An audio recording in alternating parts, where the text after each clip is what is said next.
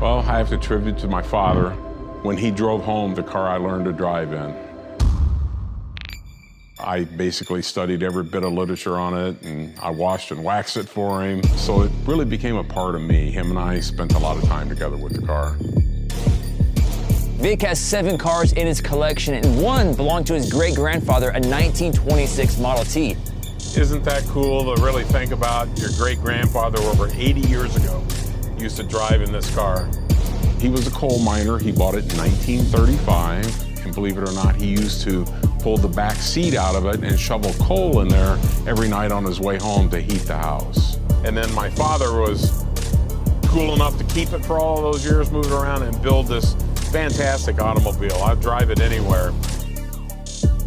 I'm back here with Vic and his 1969 AMX, and a good story about some comedian in your car. What's the story? Several years ago, while I was at a local car show, one of the Jerry Seinfeld staff approached me wanting to use this car in one of his television episodes. And it's in New York. I looked at him and said, "Can I go along?" He said no.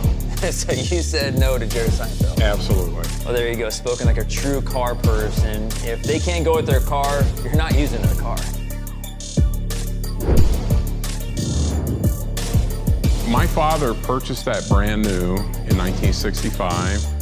He originally ordered a 65 GTO fully loaded, but went home that night and decided it was too small for a family car, so he went back and canceled the order and ordered that car basically stripped down. It's got a big 421 motor in it, 3-speed manual on the floor, no power steering, no power brakes, and no air conditioning.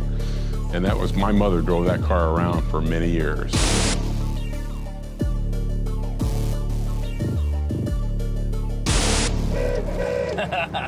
Hit the big horn. The big horn. Yeah.